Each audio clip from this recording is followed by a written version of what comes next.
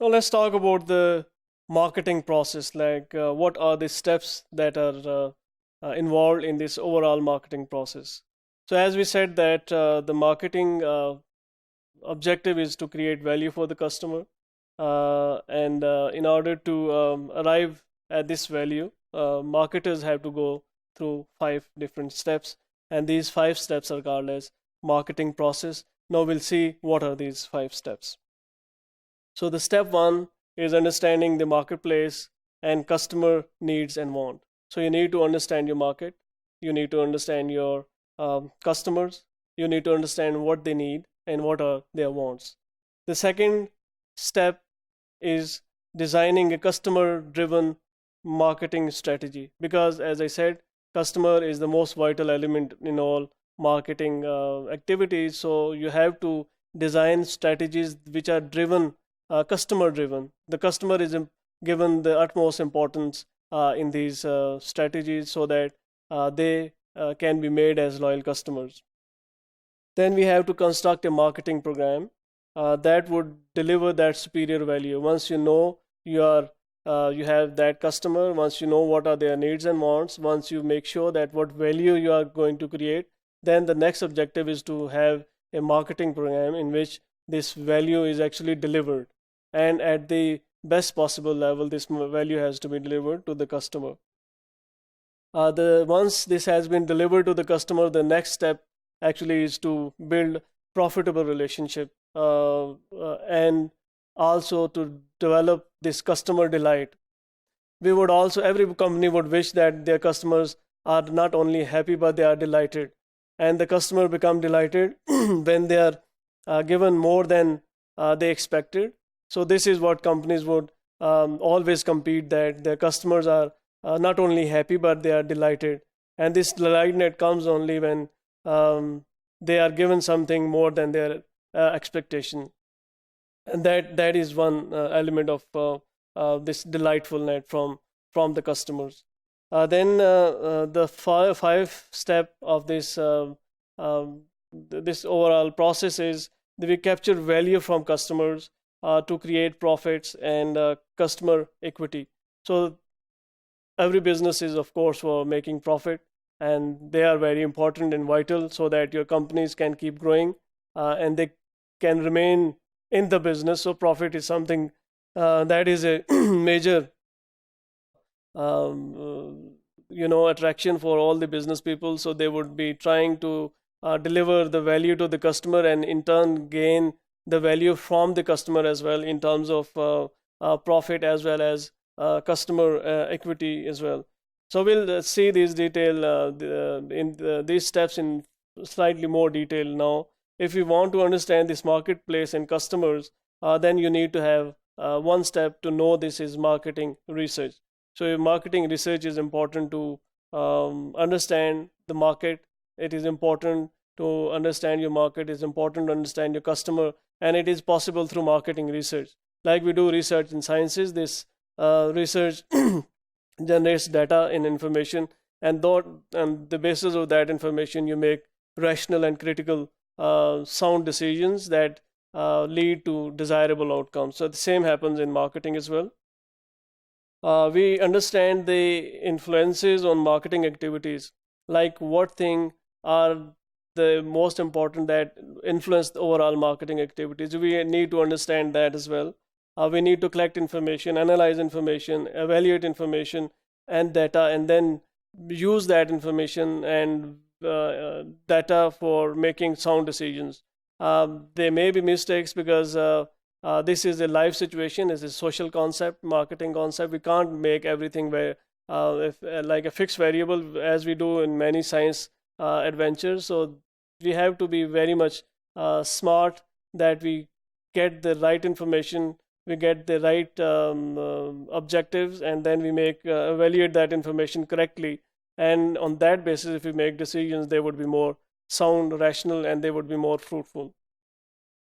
So the next step, like designing for customer driven marketing strategy, so it would depend upon your target customer.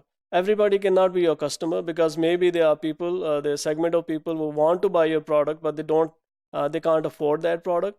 or maybe they are not in that geographical location in which you are going to sell your product, or maybe they are not of that age group in which that product is something that is liked by.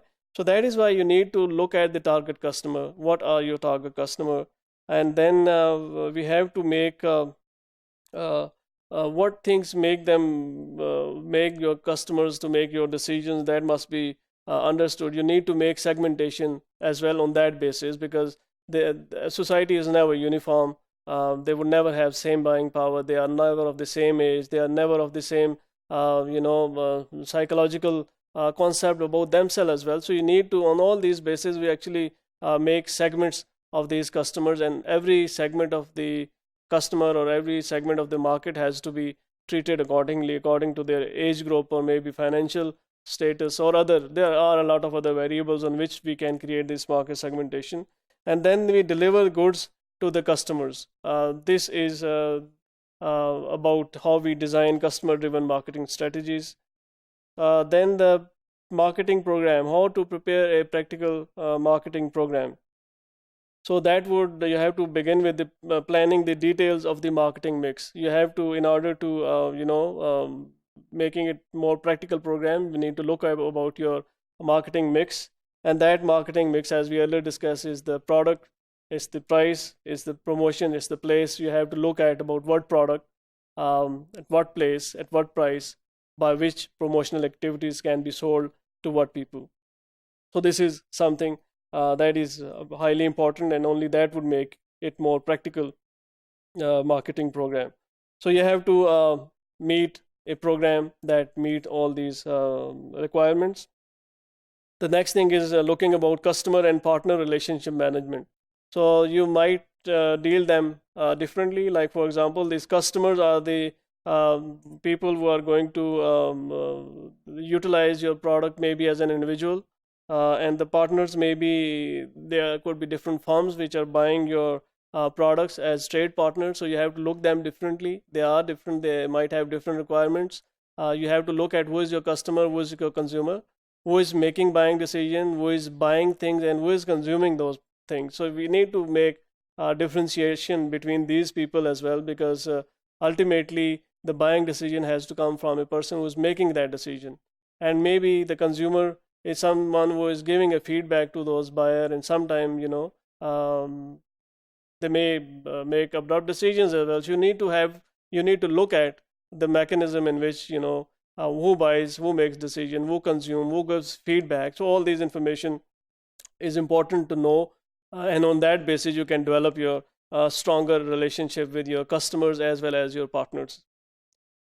Then the next step, capturing value from the customers. You have to, in order to have value once is good, but it's an ideal situation to keep on getting that value over a long term in terms of repeated sale to the same customer, because you have done a lot of selling, promotional, marketing activity in order to reach and to let your customer know that this product is available, these are the benefits. No, you need to retain that customer.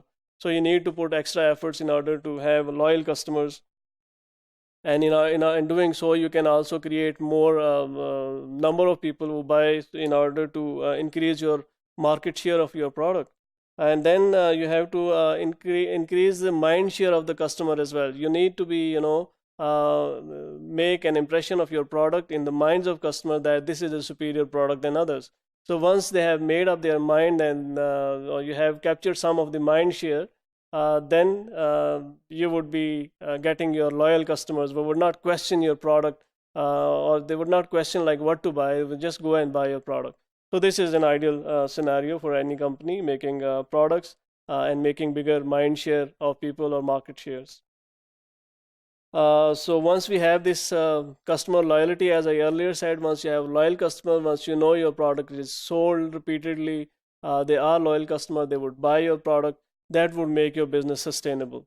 So you would not remain in doubt whether you're going to be a successful company or not. So you keep on, growing on that basis, because no, your business is not sustainable, it is profitable.